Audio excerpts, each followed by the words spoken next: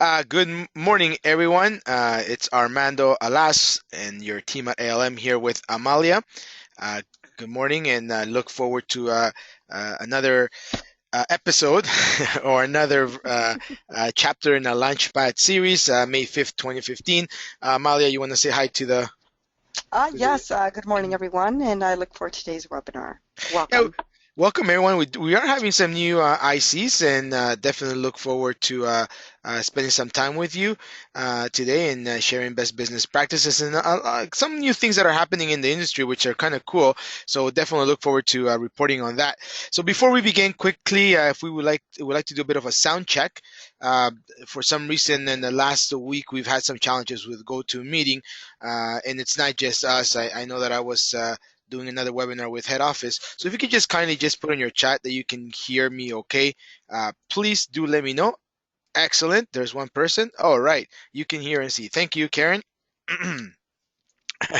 So let's begin our usual agenda quickly, very quickly. Latest news and articles. Definitely have some exciting news.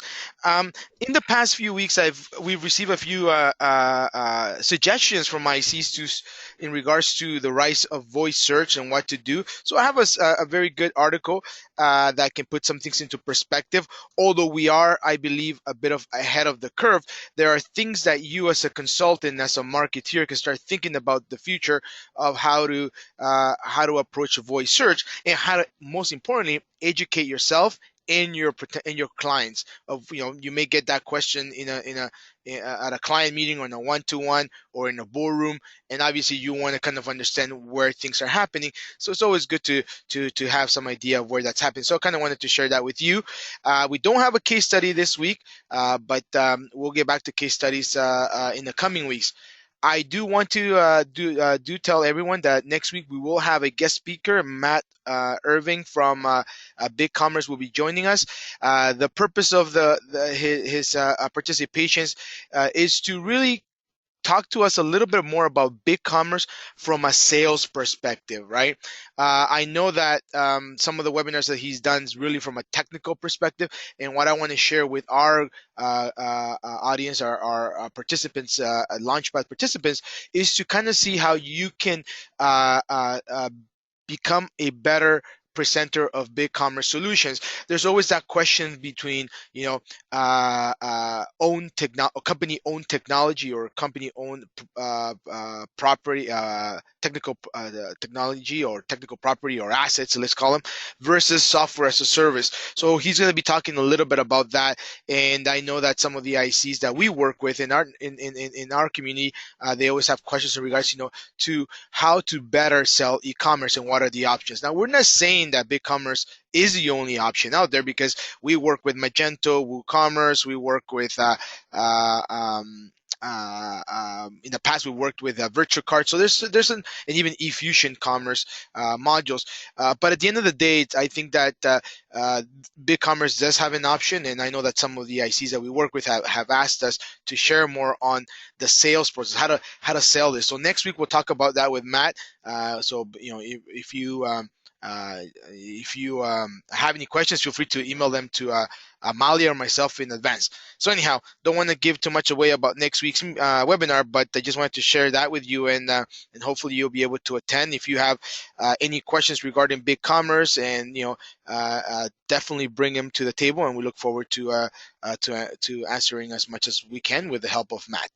Okay. So to begin, and I don't want to continue just talking about this item forever, but I do want to kind of share some things that we've received from clients and also ICs, which is really about Google's algorithm. Right, the last algorithm that happened, which was a mobile-friendly algorithm by Google, and many ICs, many clients have approached ICs and asking them, okay, is this what kind of an algorithm this is. And just to kind of recap, this algorithm really affects mobile rankings only. So it doesn't affect desktop rankings, right? It really affects uh, uh, how websites or search engine result pages are displayed on mobile devices and how well a company's website does, right? So one of the key things that is very integral to the algorithm is what they call the user experience, or UX. And this is the algorithm, again, only for mobile results, not desktop results. So I kind of wanted to share that with you, because if you do get that question by a client in regards to the latest algorithm by Google, it definitely it will impact your client's performance, your client's website's performance, if they have a very high level of visitors from let's say tablets and mobile devices, right? So it is important that they get it, that they get that set up to speed, but also let them know that it won't affect their desktop results, which in some cases there's still about 50, 60, and up to 75% of all search results for some companies. That tide is turning, so they can't just be sitting down. But anyhow, just wanted to share this article by Search Engine Land, basically at SMX, which is really an expo. Actually, it's actually managed by Search Engine Land as well. And Gary Ilias, or Isles, explained that while user experience, or UX, is a ranking signal on mobile with the Google mobile friendly algorithm, when it comes to the desktop, there's no user experience algorithm, right? So, like I said, one of the important elements or ranking factor for this algorithm was the user experience. Definitely, this is going to be just focusing on mobile results.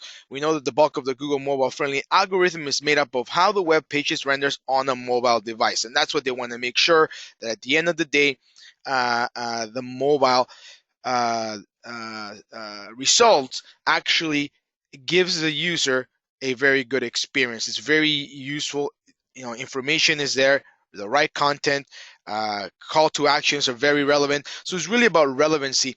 And hopefully in the maybe not next week, but the week after, we'll talk a little bit more about where user experience is going, specifically on the mobile. The Digital Summit, we did have an opportunity to hear from Google's one of Google's directors here in Toronto, and he talked a little bit about the user experience. So I'll try to show as much as I can information on that. He was nice enough to share some of his slides, so I'll try to share that in 2 weeks. But anyhow, the mobile friendly update is purely about the user experience of your website on a mobile device, right?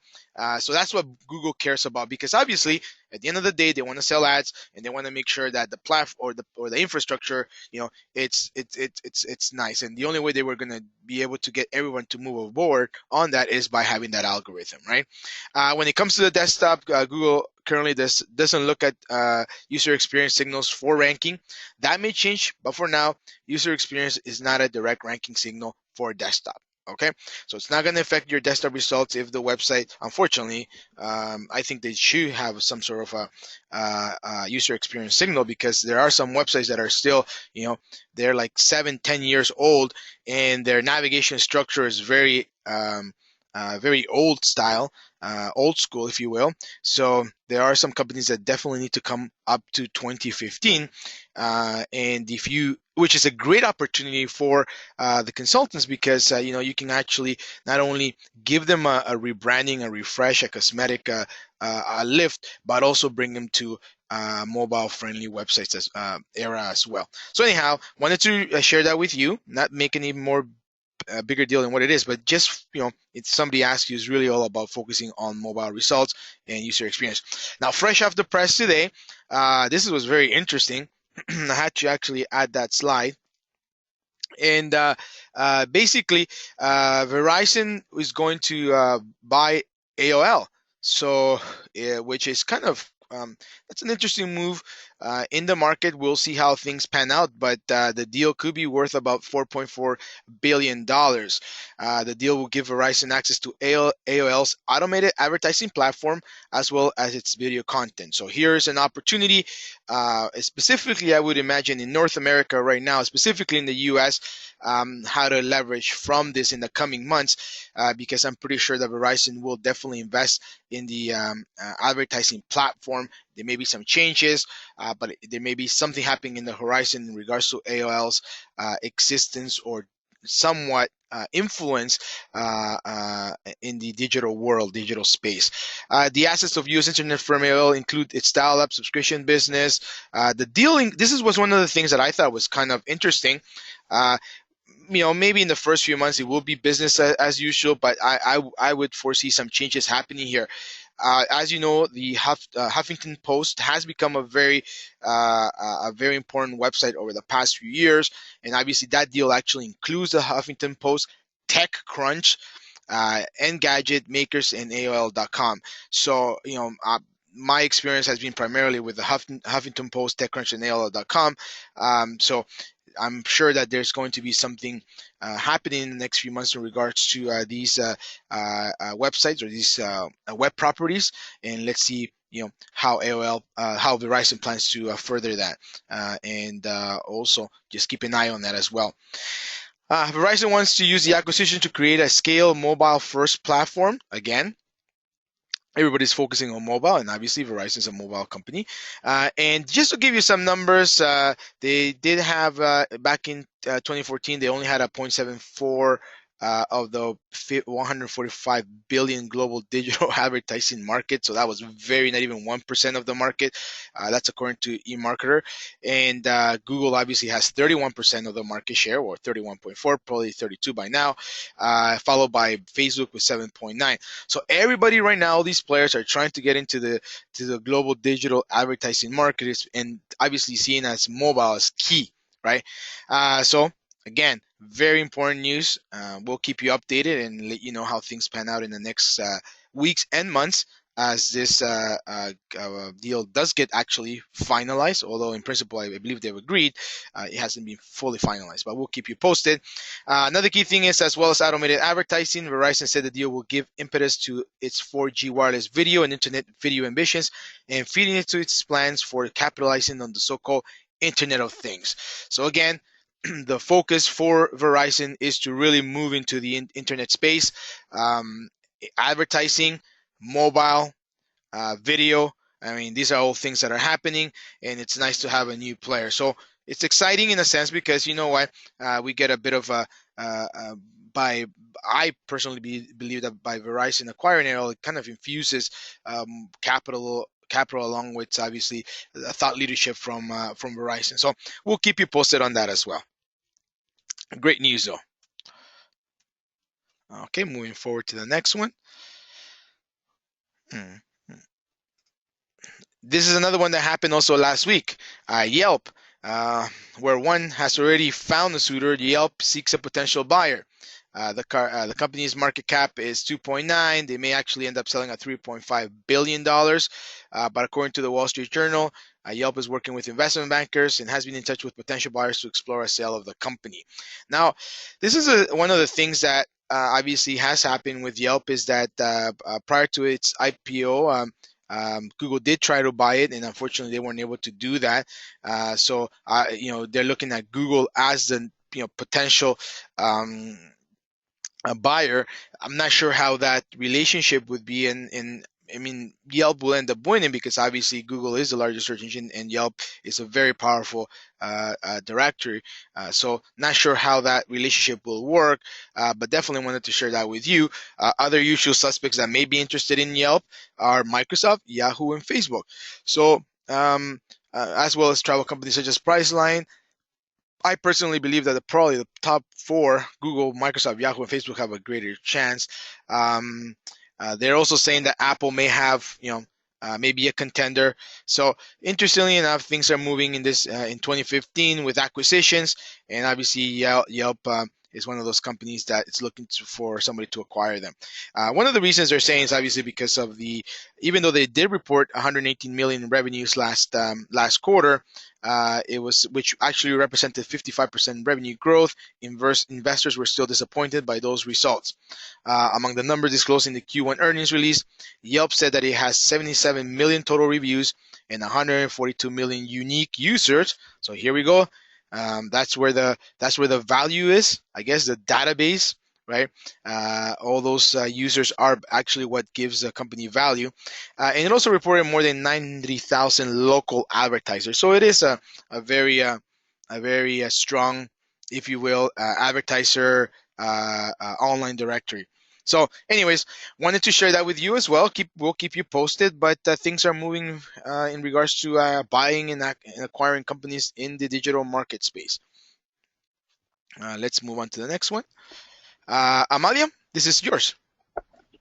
So anyways, I came across this article where Google basically announced that it's actually adding links to place food delivery orders, making doctor appointments, and so forth. So this is something new and actually really feasible and easy to use. Actually, Google decided to launch this after Bing launched their food delivery ordering system on Bing Maps. So Google has launched basically a new way for businesses to add links to how their customers can order foods, reserve tables, book appointments, all through Google Search or Google Maps. Google said that this feature is enabled on their Google My Business dashboard. So again, that's called Google My Business dashboard. So as I've mentioned, it will be placed there. Right now, if you want to participate, there is a form that needs to be filled out. So if your clients are interested in that, they do have to go through filling out these forms to see, I guess, if they can add themselves to this.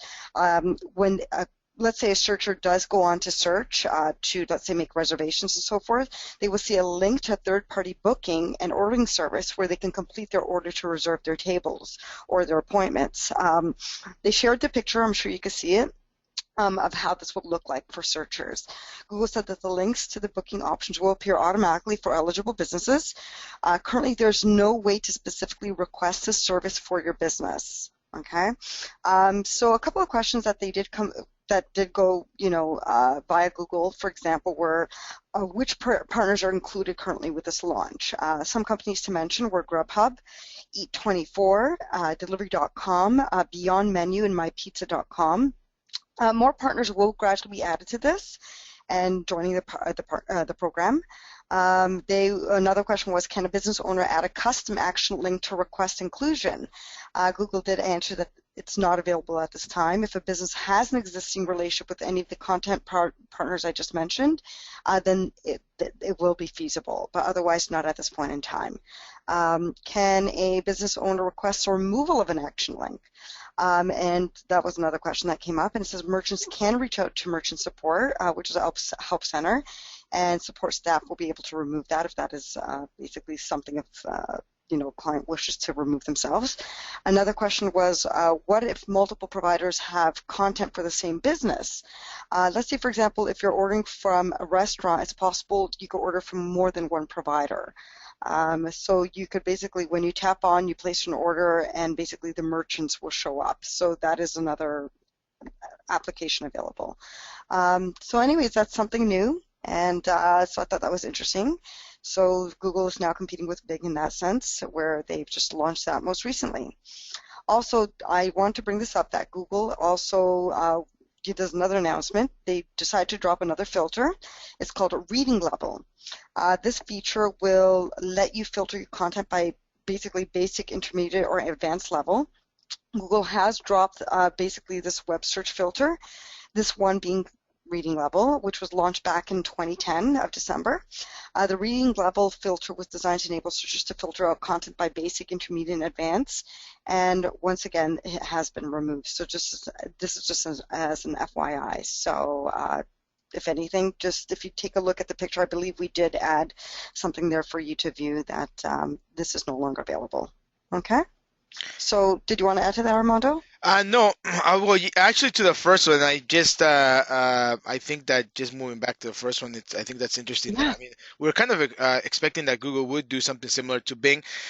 Just for the IC community, I think that probably if you do work with restaurants that are working with those specific merchants that Amalia mentioned, you may want to touch base with your supplier to make sure that whatever needs to be done, and if they do want to participate with the order option via My Google or Google My Business, let us know or let your supplier know so they can kind of look into it. The one thing that I do find very interesting is the book appointments. Not typically restaurants, but the book appointments. So anyhow, I know that at ALM we're always looking at updates such as these. But it wouldn't be a bad idea if you are working with any of our projects, with any of your projects with us, feel free to connect with us and ask our team about this specific update, because there may be an opportunity also. And it also shows that, as time goes by, Google My Business is becoming stronger, in a stronger force in itself, but a very important tool. So it's very important that it gets optimized to its fullest. And some of these updates are pretty much very are free and available, so might as well take advantage. So the full optimization of Google My Business is very key. Just wanted to share a little bit about that, because sometimes we forget. We may just do like a basic optimization if we're doing it ourselves, but it's always Mhm. good to really get max it out. Now, in regards to the Google dropping another filter, I think that primarily this filter was for the US, because I tried looking for here in Canada. And it wasn't showing up. So it looks like it was more for the U.S. Market, and I guess they stopped using it because of the lack of demand or lack of use of it. But anyhow, just wanted to share that with you as well. I don't think it will have a big impact, but still, it's newsworthy. Okay, so thank you, Amalia. Moving on, I just wanted to share with you an interesting article by Search Engine Journal. And we do get questions from ICs in regards to, what are the key things on performing an SEO audit, right? What goes into an SEO audit? And as a matter of fact, I'm going to copy the link and paste it after I talk about it, because at ALM, we have quite a number of different technical audits that we perform. In regards to the SEO audit, very similar to this. Now, you can do a free complementary audit that encompasses some of these things, or you can actually provide this as a service, right? So whether you provide it to an existing client, or a new client, or a prospect, it is a service that can be offered. So just wanted to kind of share with you some of the things that are recommended in regard. Oops, sorry, we'll move forward. In regards to this audit, and it all starts with a pre-audit checklist, and you want to make sure that before you go through an extensive SEO audit of your client's website, or a prospect's website, or a new client's website, you have a client discussion to define what this will do, define the goals, also to educate your client on the importance of having an audit. Recently, we just had a request from NIC, where this company, a prospect, was working with another SEO company that actually they paid him money, and they didn't fulfill their contract. As a matter of fact, they actually really did a very bad job, because they brought it over to our attention, and just by kind of reviewing it, right away we saw that there was 3 different Google Analytic codes installed, no webmaster tools installed, duplicate meta content. So right away, these are red flags. And before you begin working on an SEO client, you kind of want to do a bit of an SEO audit yourself. It doesn't have to be very in depth, but you kind of want to look at some key things just to make sure you're not inheriting a problem child, right? Because the client may not know. They may be, they may not be aware of what's happened. They probably trusted their previous SEO company to do a good job or a great job, and they haven't done it. So it's very important that if you do have that, if your spidey senses tell you that there is a bit of an issue with a client that you're going to acquire, with their website, with their whole SEO strategy, try to do even if you do a top level audit, here are some of the things that you can use this checklist for. Or if you go into a more in depth, these are some of the things you can do. So client discussion, educating the client on what this is all about, being able to define goals. You want to make sure that you have that level of comfort with the client or the prospect to get Google Analytics right away. Google Analytics will not only provide you with some information on SEO activity, or search engine activity, or traffic activity, session activity, but it will also tell you if you can also kind of look for patterns to see if in the past they got penalized, etc., or there may be issues with the website. Webmaster Tools access is very, very critical. It's kind of like your I sometimes see a little bit more, from a technical perspective, it's probably even more important than Google Analytics, because that dashboard just tells you, how fast you're going, how many kilometers you've achieved. But the Webmaster Tools actually tells you, what, you need an oil change. Uh, you know, is your computer engine working, right? And on your car, for example, Webmaster Tools is very critical to have on the website. So you want to have access to that. And alternatively, if they ran Google AdWords campaigns, it's always good to kind of get some information from there as well, get some recon, and be able to use that information on your overall SEO audit. Technology review, things like mobile friendliness, page speed is very important as well. You kind of want to go through that just to make sure that at the top level, you are getting some information. Now, once you're getting deeper into the audit itself, I've kind of divided this into three. And when I share that with you, I mean, obviously the author goes a little bit more in depth than I'm doing it right now. But I kind of divided it into three areas: the technical, content, well, four areas, sorry: technical, content, link, social, right? And I believe that some of them may actually interrelate into other areas. So the technical, obviously, by using Google Webmaster Tools, you want to you want to kind of do a review of the site crawl. You can also use tools such as Google's Page Speed Insight or Gmetrics to look at the site speed. You also want to do a bit of a domain review. I want to know a bit about the domain authority of that specific website. You can use Moss's tool for that. You also look at, obviously, at the age of the tool. So there's a couple of tools out there that you can use to define the how much authority the domain presently has.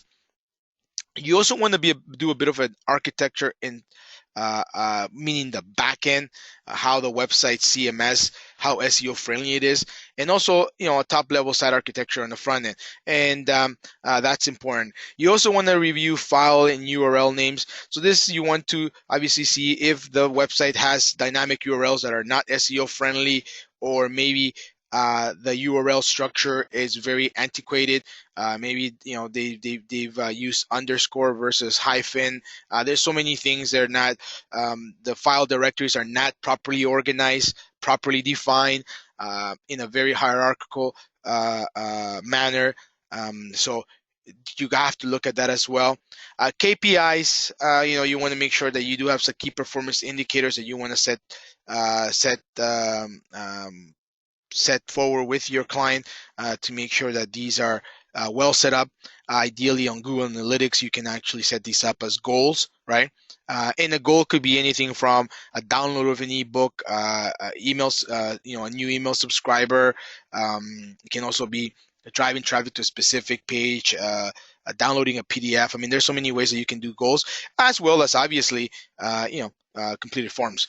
Keywords are somewhat technical, and also go into the content review section. And as you're all aware of the adaptive SEO methodology, it's very important to look at keywords, and not only look at keywords and how your keywords are performing, but also looking at how they perform versus the competition. So a keyword analysis. And if your client can provide you with the keywords that they were previously being optimized for by the previous company, if that is the case, that's great. If not, you can use different tools such as SEMrush, or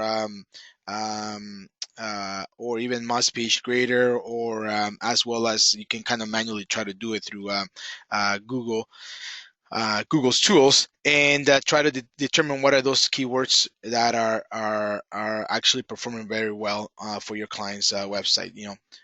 Anchor texts, etc. What are those keywords that are anchoring the website, right?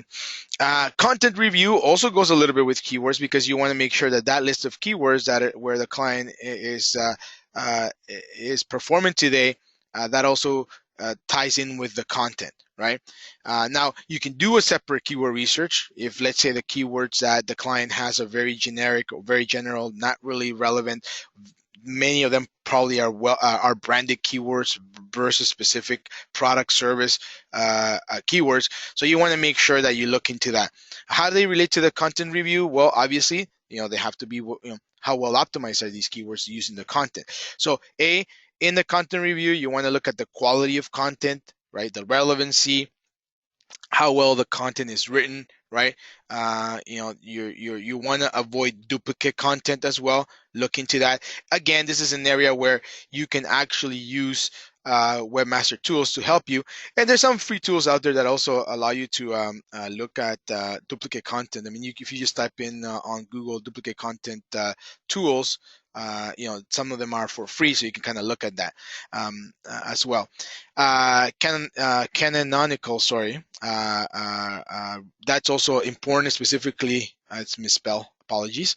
That's also important, specifically if you are using databases where it's being fed by a third-party company. You want to avoid being penalized for duplicate content. You want to be able to give credit to the original author, or you want to hide some pages because you don't want them to be found, or you don't want those specific pages to be indexed or being given credit. In this case, you want to be able to use these tags. Meta content, very key, and in this case, again, being able to use Google Webmaster Tools to understand if the meta content is properly placed, if you don't have any too short descriptions or duplicate descriptions, title tags, etc. So Google Webmaster Tools is actually a very good source to provide you with that, as well as obviously your own top level reviews, and specifically your top level navigation, right? Those top pages, or even those pages that are getting a lot of traffic. Right, you want to kind of do a review of that. Images, are they alt tag? Are they well optimized within the site? Conversion architectural, it's also very important. Specifically, at least having some basic conversion goals, whether it's completing a form or if it's an e-commerce, path to purchase, etc. So this is very important in regards to the content review and how it all relates to each other. Okay. The other key thing is link strategy review. Internal linking.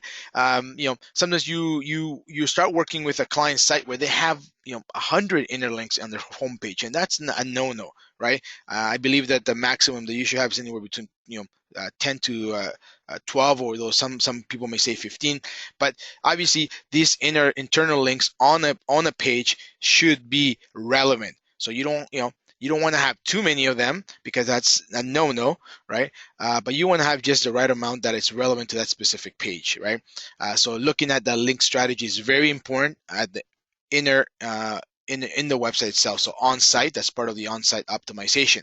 External links, so you're also looking at a bit of that link building strategy, making sure that the quality of links is very good, and you're kind of getting rid of or eliminating or disavowing links that are not that great, that are not positive. Okay, so a lot of tools for that as well out there, and also within Webmaster Tools, if there are some toxic links or some negativity happening you will be able to see that through the interface or the console. Local citations, do a review, making sure that NAP is properly done, name, address, phone number. So again, you'll see that sometimes when you're walking into a client, they'll tell you, no, we've done some local citations, and then you realize that it's a big mess and it has to get cleaned up. So again, make sure that you do a bit of a review on that, and sometimes the cleanup can be very easy to do, and sometimes the cleanup can be very, very, very painstaking, because if they've done, let's say, 50 directories, and for some reason there's duplicate of those directories using the wrong name, so it can be a lot of work. So make sure that that's taken care of. I would put that as a priority, as well as external linking, making sure that you're not walking into a client who has very negative bad links as well. The other element that you want to review is social. Obviously, the level of social activity for the client on the different media properties, making sure that their Yahoo, their Facebook, their Google Plus, Twitter, LinkedIn, YouTube, are claimed and optimized. I mean, some of them may be using Instagram, Pinterest. I mean, that's good, or anything, or let's say anything that is relevant to the client's business. You want to make sure that these social media properties are optimized, and by optimized meaning that they actually have the right description of the business, the right NAP, they are in the right category, they point back to the site, and at the same time that there's some level of activity happening. right? For this, you can actually use a very cool tool from QuickSprout. Is their free tool that actually gives you, I know that, even Moz gives you a very top level view of social signals, and there may be others, and G-Shift also may do that. But if you don't have G-Shift installed on the client's website, specifically new ones, you're going to have to use these other tools. So social signals can be seen, as well as within Google Analytics. If you look at the social, if you review the social area, and if your client has previously connected that, you can actually see some good stats from there. But anyways, that's important to review as well. So this is very similar when you look at the adaptive SEO methodology, what you should be doing. But again, sometimes we do get questions from ICs whose clients have asked them about this, how to proper do an SEO audit, or can you do an SEO audit? You can do it yourself. This is a great article which will kind of give you a lot of insight, or feel free to reach out to the suppliers. I know that we always work on these audits because it is a lot of time consuming, and you have to see what's the best for you. Now, if you love doing it, that's a different thing. But anyhow, wanted to share this interesting article for you. Great question. Do the max 10 internal links include the menus? No, I don't believe so. I think that they're more looking at other types of links like images, or let's say locations, or locations or footer links, most likely, or there are some websites that have linking to all the products internally. You want to limit any type of links that are in the body of the content of your page, right? If you have one or two that are very relevant, or three, that's great. I don't think the top navigation will count. It is important to, obviously, not to have a very busy navigation from a user experience, but the key thing here is all these other older SEO strategies or tactics, where you wanted to kind of have an inner link for everything on your website. Primarily, you want to have relevant, keyword rich, keyword driven, keyword relevant inner links on the body of, or the text, the body of the page, right? On the text, that the content that's there, right? But I don't think that the navigation menu should matter. Typically, if you have a navigation menu of maybe 7, 10. It is understandable with some e-commerce platforms, or some e-commerce solutions, in your homepage, because you have banners, etc., feature products, you may have more. But the whole thing is, don't be doing like 25, 30, 35. It's not, try to clean it up. Try to keep it clean for the search engines. Okay. So moving on then, I'm going to share this article towards the end of the webinar. Actually, let me see if I can do it right now. If you give me a quick second, I'm just going to put this on pause. And oops, here we go. Because I thought it was a very good one. If whether you are a consultant that's very active in doing this, or you are a consultant that just wants to learn in case your client asks, have a read of this article. It's a really good article, and it gives you a lot of tidbits of information that it is relevant. So I just shared that with you. Enjoy, and if you have any questions, feel free to connect with us. Okay. Okay, the next piece of content that I wanted to share with you, or it's not really a news, it's more of an article. And like I said, we've been getting a lot of questions in regards to the rise of voice search, and what can we do about it at this stage? Where is it? And it's still in its initial stages. It cannot be ignored. It's good to, it's something that you can already start planning for. I believe that towards the end of 2015, 2016, it's going to become more and more relevant because of the fact that digital personal assistants are really growing. We have Cortana on Windows phone, Google Now on Android, and obviously Siri on the iPhone. And I'm sure there's going to be a few more that are going to come out in the next probably 12 months. So voice search is something that's out there. How do we as consultants deal with this? It's still, like I said, a topic in its infancy. There are some good bloggers out there that have talked about this. I just wanted to share this specific blog by Search Engine Watch. where they kind of talk a little bit about it and we can potentially do. So the question is, how is this speech input affecting or not affecting how our customers interact with search? That's a key question as digital marketeers.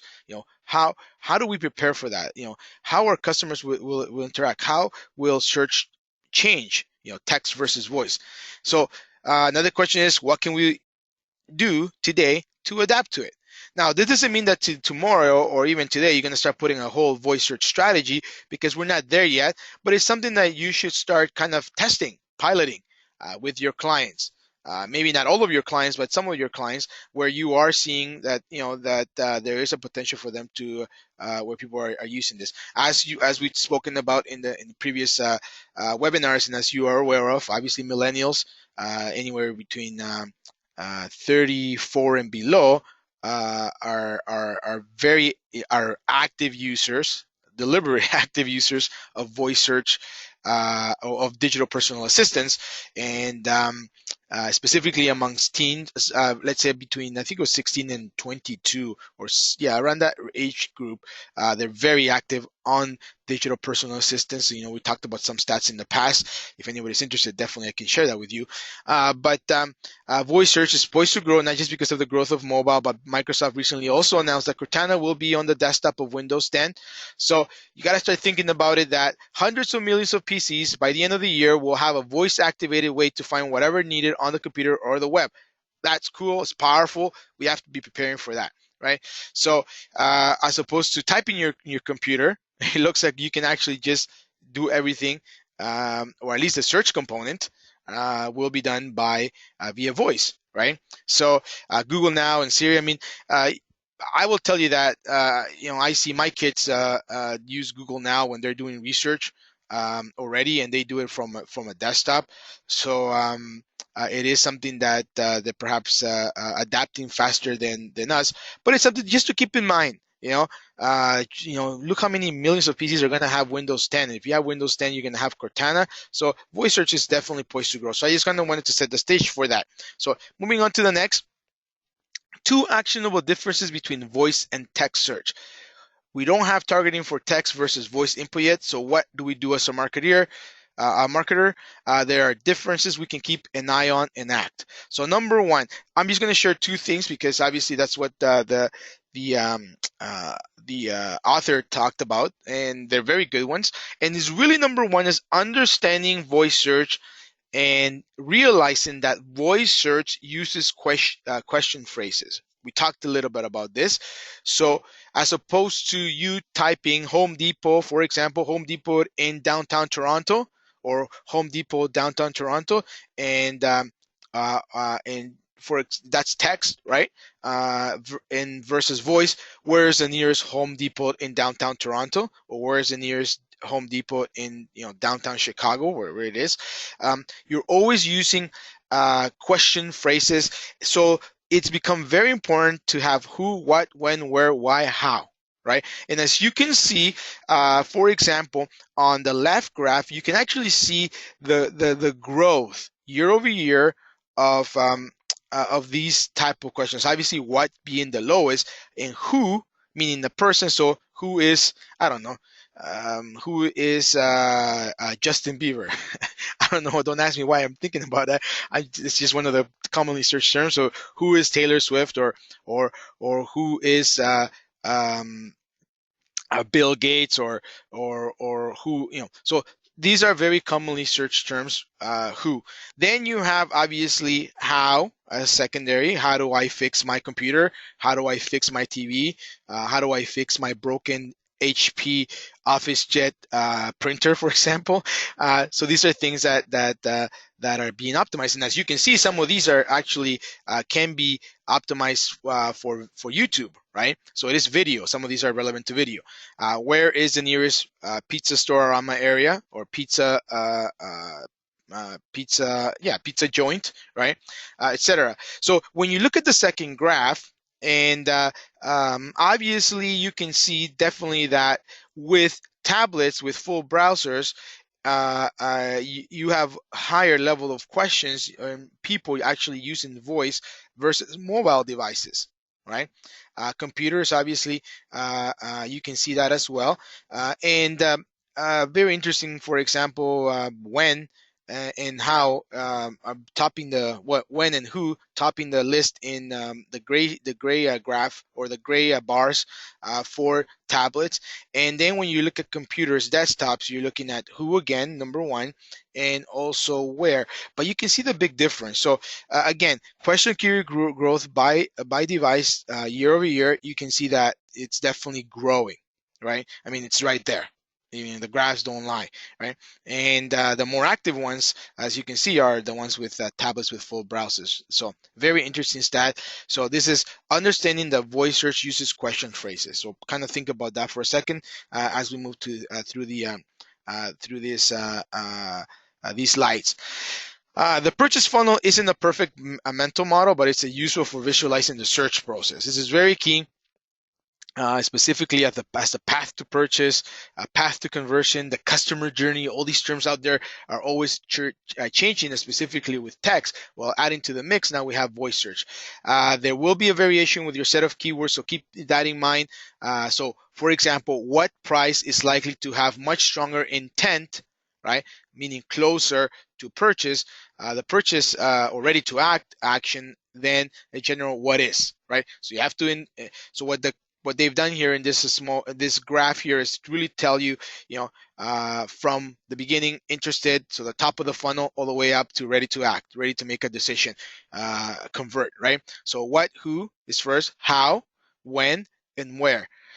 So the action that you should be doing is use question phrases in your keywords and negative the ones that don't make sense for your product offering. Pulling a search term report is a great place to start. So maybe you may want to start testing a few pages on your client's website and use some question phrases. I just thinking about this. I'm just thinking about a Q&A, right? Your question and answers page, or FAQ, sorry, your frequently asked questions. Sometimes these frequently asked questions are just in one page alone. Maybe you want to organize them a little bit differently. I don't know. Maybe you want to put them in a blog, and obviously have real good answers. Don't just have like don't just blog to blog. You want to have a great question with a great answer, right?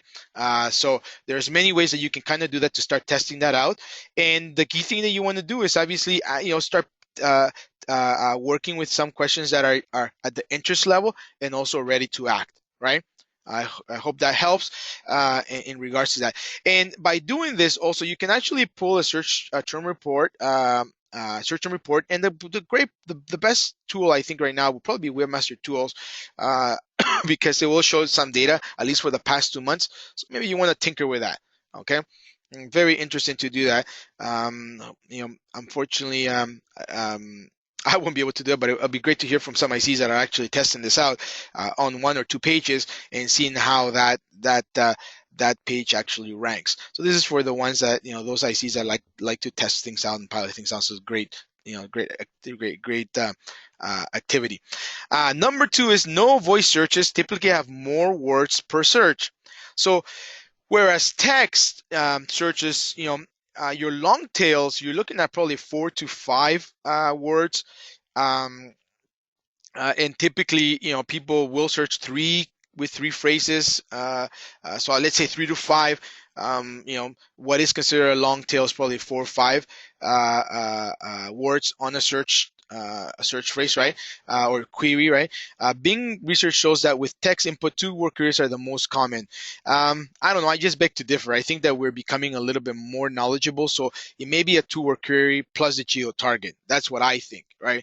So whatever you're finding, plus you want to do a geo target, because people are becoming so educated and they may realize that, if you're typing, let's say, I don't know, let's say car dealer, right? If I type car dealer, that's a 2-word query, but that's too generic. I may be getting query results that are not even around my area. So there may be some local results, but I want to just get local results. So if you're really looking local, I think that 3 queries are the most common rather than 2. However, Bing research shows that it's 2.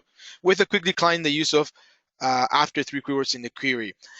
With voice input, the most common query length is 3 and 4 words. So if you can look at the graph here, speech or voice, let's say, you can see that the highest peak is 3.5, 4 words, and then after 5 it declines. Whereas based on Bing's Microsoft's research, it shows 2, right? And then it starts tailing down, because that means that if you have 9 words on your query or your search term, it's too many. There's too many. The long tail is too long. So you want to do maybe 5, between 4 and 5. And with voice input, the most common query length is 3 to 4 words, with a more gradual decline in a query length from there. Right. So again, when you're kind of optimizing a page for voice, let's say, in this pilot, you want to be looking at 4 to 5 keywords. So what you want to do is analyze your longer tail keywords to find patterns, some of that stretching to 6 and 7 words in length. Include the question phrases, add positives or negatives according to test, right? So again, very interesting. If you want to kind of test this out, be nice to hear feedback from the IC community if you're doing this, and seeing how your clients' websites or properties are coming up, if you're doing some level of voice search optimization right now.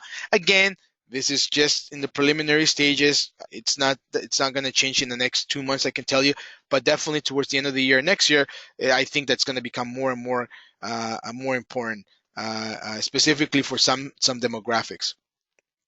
One of the questions that I have is, should we be including long tail keywords as question phrases, or the answers? Should we be including long tail keywords as question phrases, or the answers as keywords? Well, very good question, Mark. I would imagine that is the first one. You want to include those keywords actually in both, in your phrases and also in your answers. Having said that, you don't want to be spammy, right? So it has to be relevant. So I would actually use a very good blend of that specific keyword, or variations of that keyword, in your actual answers. So it is a combination. Again, we have to test it out. Can you show a page optimized for voice? No, sorry. At this stage, this is still in the preliminary stages, but definitely, as soon as we have some, maybe, you know what, let me write it down here, and in the next webinar, I may spend maybe 2 minutes giving you an update on this. Don't want to bore you all down in regards to this, but it's something that I wanted to share, because we've been getting a lot of questions, and I would imagine that the ICs are getting questions in regards to that from their clients as well. So it is something that's happening, but we're still early in the stages.